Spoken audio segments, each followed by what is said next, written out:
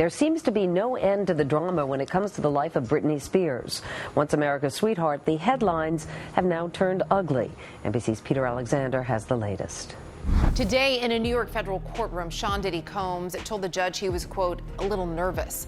The rap mogul's criminal trial began this morning. He is sex trafficking, racketeering, and more. The courtroom was electric, alive with a palpable sense of urgency as Britney Spears took the stand. She wasn't just here to tell her story. She was here to shatter the facade of an industry that had thrived off manipulation, control, and silence.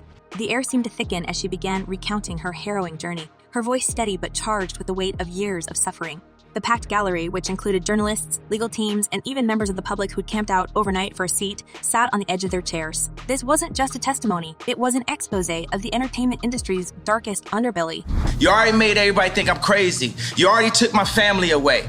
You already separated all my friends. I don't got no celebrity friends. Britney's allegations were nothing short of explosive. Central to her testimony was the claim that Sean Diddy Combs, her former manager Lou Taylor, and other unnamed power players within the music industry had systematically orchestrated a campaign to control, exploit, and ultimately silence her. She recounted in chilling detail how she was allegedly given substances under the guise of helping her manage during her most fragile moments. The infamous breakdown in 2007, which had become one of the most publicized celebrity spirals of all time, wasn't entirely what it seemed. According to Britney, this was no organic meltdown. It was a calculated setup meant to strip her of credibility, paving the way for the conservatorship that would lock her into a decade of what she referred to as legal captivity. Conservatorship, a lot of people are concerned for her right now. Robin, the conservatorship. I mean, people really think that maybe she needs help at this point.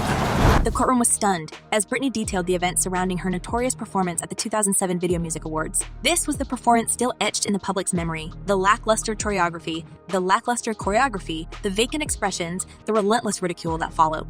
But Britney's testimony revealed a far more sinister narrative. She claimed the entire event was engineered to ensure her failure, alleging she was coerced into performing despite being in a fragile mental and physical state. Behind the scenes, she alleged, powerful figures had conspired to use her struggles as evidence of instability, making it easier to lock her into the conservatorship that would ultimately funnel millions of her earnings into the pockets of those who controlled her life. A key piece of evidence, she claimed, was a hidden video from that night, which allegedly captured conversations and actions taken to sabotage her. If authenticated, such a video could blow the case wide open. You get what I'm saying? They could control Shaq. They could control Charles Barkley. They could control LeBron James. Her testimony grew even darker as she described how the conservatorship itself became a tool for exploitation. Every aspect of her life, her finances, her relationships, even her body, was meticulously controlled. Britney revealed how medical professionals, allegedly handpicked by her management, prescribed medications to keep her subdued. She described the humiliation of being forced to perform against her will, while profits from her sold-out tours were siphoned to fund luxurious lifestyles for those in charge. And this wasn't just about Britney. Her testimony pointed to a broader pattern within the industry, a playbook used to control and profit off of celebrities under the guise of protection. Her revelations about Diddy's alleged involvement sent shockwaves through the room. Britney's lawyers drew direct parallels between her experience and the chilling testimony of Cassie Ventura, Diddy's former partner. Cassie had painted a portrait of life under Diddy's control that was disturbingly similar, a world of coercion, manipulation, and fear. Britney's allegations, combined with Cassie's claims of being forced into degrading scenarios like the infamous freak-offs, added weight to the idea that this wasn't just the behavior of a few individuals, it was systemic. Britney's legal team laid out how Diddy and others allegedly worked behind the scenes to maintain their influence, using threats, blackmail, and even financial entanglements to ensure compliance. The court was reminded of Cassie's declaration in her lawsuit that she was trapped in a cycle of abuse and exploitation, a statement that now seemed eerily aligned with Britney's testimony. Dishonest, violent, horrible. A promiscuous swinger who lied to and cheated on multiple partners. Incredibly, that's how Sean Diddy Combs' own lawyers described the billionaire music mogul, currently facing serious trafficking charges in a New York court. And then there was the financial angle. Britney's lawyers presented evidence suggesting that figures like Lou Taylor had used the conservatorship as a cover for financial schemes, funneling millions from Britney's earnings into personal accounts. Documents hinted at connections between Taylor's management firm and other industry elites, including whispers of involvement from Diddy's business empire. The breadth of these allegations pointed to something far greater than individual greed. It hinted at a coordinated effort to silence, control, and profit from some of the industry's biggest stars. Britney's own father, Jamie Spears, had been accused in earlier court filings of misappropriating funds, but this new testimony suggested that he may have been just one cog in a much larger machine.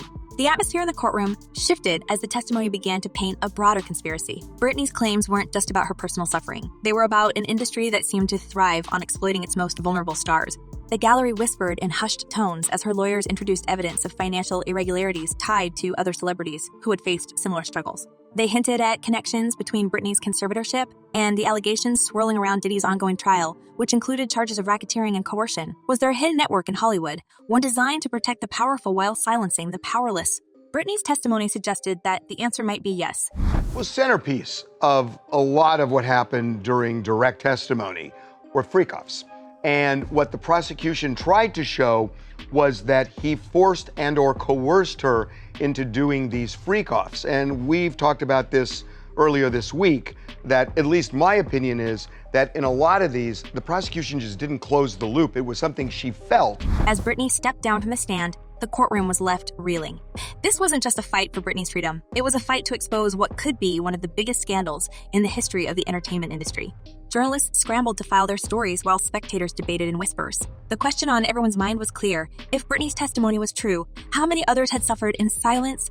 And how deep did this alleged conspiracy go? The world was watching, and the truth, it seemed, was finally beginning to emerge.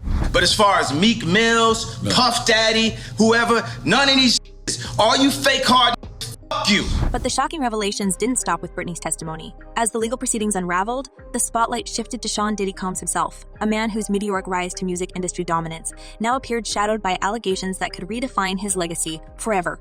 How had he, once hailed as a visionary mogul, built an empire that allegedly thrived on manipulation, exploitation, and fear? The courtroom turned into a theater of jaw-dropping disclosures, and the stories emerging painted a picture far more disturbing than anyone could have imagined.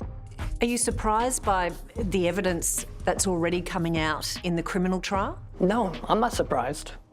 I experienced some of those things. Witnessed violence. To understand Diddy's alleged role in this sprawling web of influence, we need to look back at the very foundations of his career. From his internship at Uptown Records in the early 1990s to the creation of Bad Boy Records, Diddy's ascent was nothing short of extraordinary. He wasn't just a producer or a businessman. He was a cultural force, shaping the careers of legends like Notorious B.I.G., Mary J. Blige, and Faith Evans. But as the prosecution in his trial began to argue, his success story may have been built on more than just talent and ambition. Allegations of coercion, financial schemes, and even ties to criminal activities have cast a shadow over his achievements. In the courtroom, details emerged about how Diddy's business empire allegedly served as a facade for a network of control. Witnesses and victims described environments where employees and artists were subjected to relentless pressure, sometimes bordering on psychological warfare. Cassie Ventura, his former partner, had testified that her relationship with Diddy was marked by fear and humiliation. She recounted being coerced into participating in what he called freak-offs, orchestrated events that left her emotionally and physically drained. But it wasn't just Cassie. Other allegations began to surface, pointing to a pattern of behavior that went far beyond one relationship. They were referred to me as Wild King Nights. And what a Wild King Night was when him and a guest would go to a hotel room or be at his home, his bedroom, and they would have intimate gatherings. I would have to go and prep that hotel room, which consisted of baby oil Astroglide. One of the most damning pieces of evidence against Diddy came from Cassie's lawsuit, which was settled in 2023 for a staggering 20 million currency units. While the settlement may have silenced the civil case, it opened the floodgates for criminal investigations and additional lawsuits. Dozens of women and men came forward with eerily similar accusations, claims of being controlled, manipulated, or outright threatened. Among them was Rodney Lil Rod Jones, a producer who worked with Diddy on his 2022 album, The Love Album. Off the Grid, Jones alleged that his time working with the music mogul left him psychologically scarred, claiming he was coerced into bizarre and degrading scenarios, including unwanted physical contact and witnessing disturbing behavior at private parties. The courtroom soon turned its focus to the allegations that brought Universal Music Group and its CEO, Lucian Grange, into the fold. Financial records and testimonies hinted at a troubling connection between Diddy's alleged misconduct and the broader music industry. Grange and Universal were accused in one lawsuit of knowingly enabling Diddy's behavior by providing resources that, the lawsuits claimed, were misused for exploitative purposes. Rumors swirled about lavish parties where drinks were allegedly spiked and questionable activities occurred behind closed doors. The company vehemently denied the allegations, calling them reckless and baseless.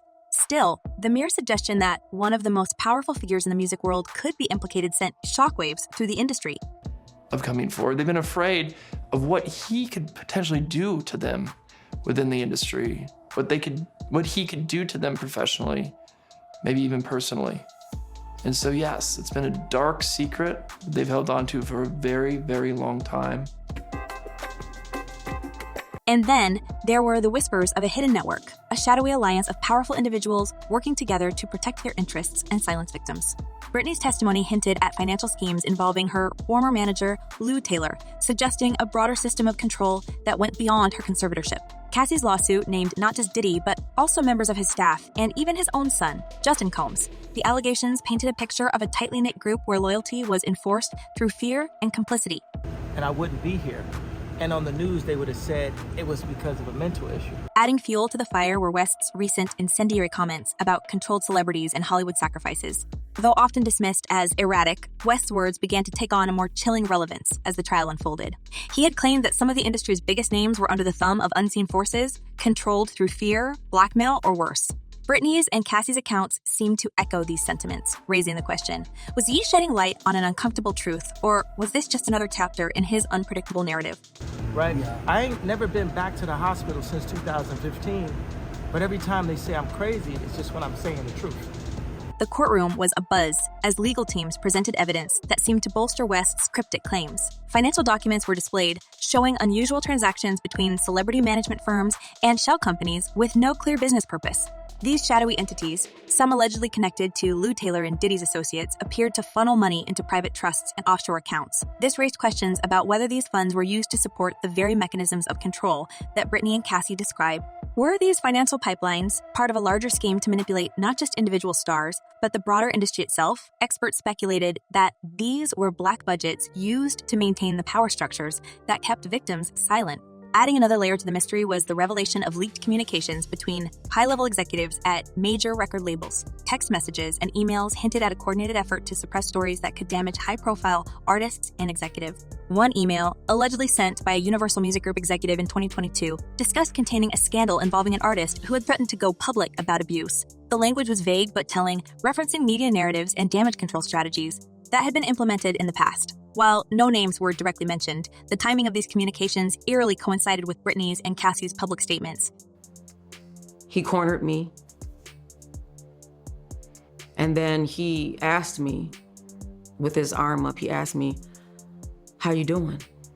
I'm kind of like, wow, what the heck? Very uncomfortable. And then he rubbed his hand down my breast. He said, "If you need anything at all, you let me know." The implications of these findings were staggering. If true, they suggested the existence of an unspoken agreement among industry titans to protect their own at any cost. It wasn't just about individual bad actors like Diddy, it was about an entire system designed to shield the powerful while sacrificing the vulnerable. This wasn't just a scandal, it was a potential blueprint for how Hollywood and the music industry had maintained its grip on the narrative for decades.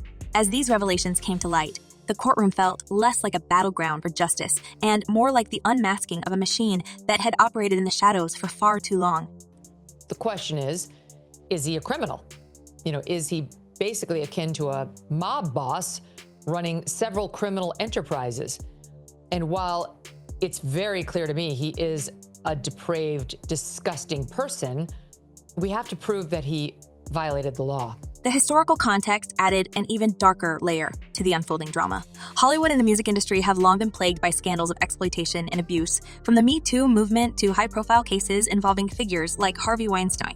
But what made these new allegations so staggering was their scope and the level of power involved. This wasn't just about one mogul or one company. It was about a system that seemed designed to protect the elite at all costs.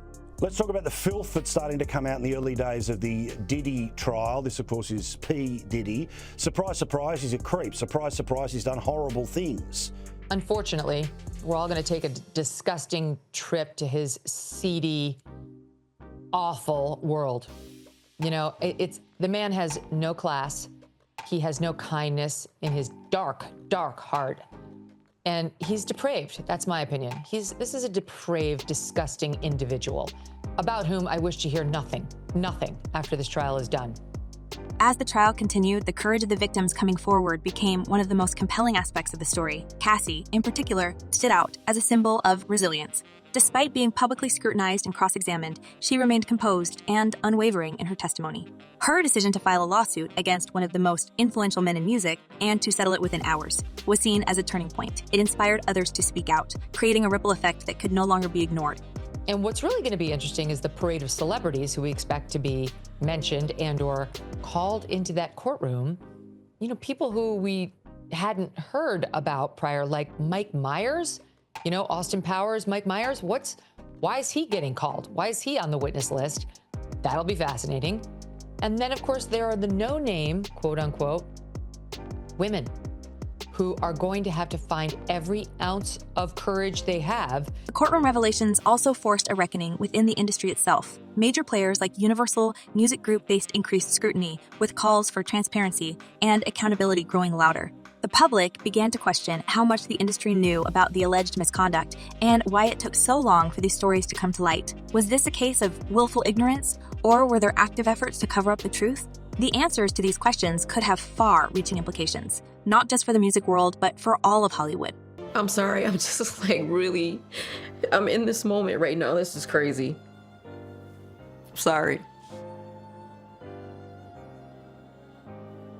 People don't really know how much what it does to you when something that you love is taken from you and thrown away like it don't even matter, and then they move on with their lives and you're stuck. You're stuck during those years. You're still stuck 21 years later. As the gavel fell on yet another explosive day in court, one thing became clear. This story was far from over. The testimonies, the lawsuits, the financial records, they were all pieces of a puzzle that, when fully assembled, could reveal a conspiracy of staggering proportions. But for now, the world could only watch and wait, captivated by a saga that had exposed the cracks in an empire and hinted at the systemic rot beneath the surface. Where does the truth end, and where does the cover-up begin? How many more victims are out there, waiting for their moment to speak? And most importantly, will justice finally prevail, or will the music industry's darkest secrets remain hidden in the shadows? Let us know what you think in the comments below, because this story is only just beginning.